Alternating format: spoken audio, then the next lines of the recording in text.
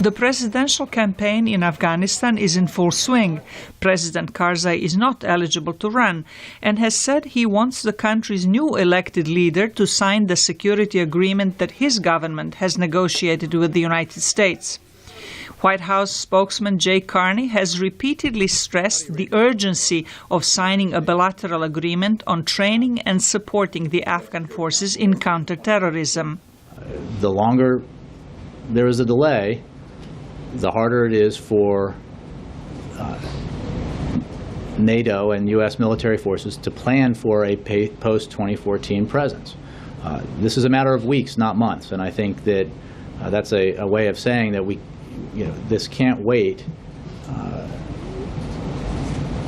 for very long, because it's impossible to ask our NATO allies or our U.S. military commanders to plan on a contingency. This is a complicated piece of business, and there cannot be and will not be U.S. troops in Afghanistan beyond 2014 without a signed bilateral security agreement.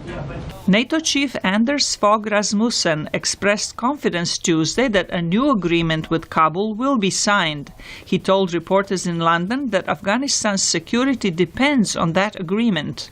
One thing is that while we do believe the Afghan security forces will be able to take full responsibility for security in Afghanistan, we also believe that they will need continued training and assistance.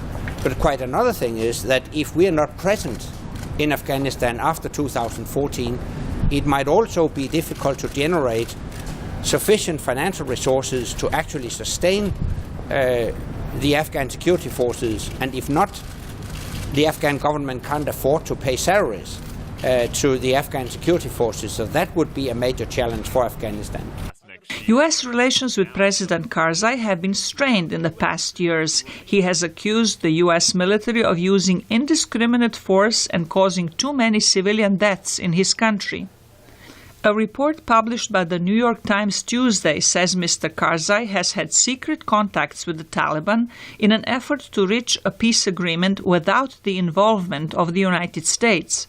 The report says this explains President Karzai's reluctance to sign the new security deal with the West and his insistence on the release of some hardened Taliban militants from prison. U.S. President Barack Obama met with top military officials Tuesday at the White House for discussions including Afghanistan. There was no statement after the closed-door meeting, but a White House spokesperson said no decision was made regarding the continued U.S. role in Afghanistan. Zlatica, Hoke, VOA News, Washington. When the Afghans will be given full responsibility for securing their country.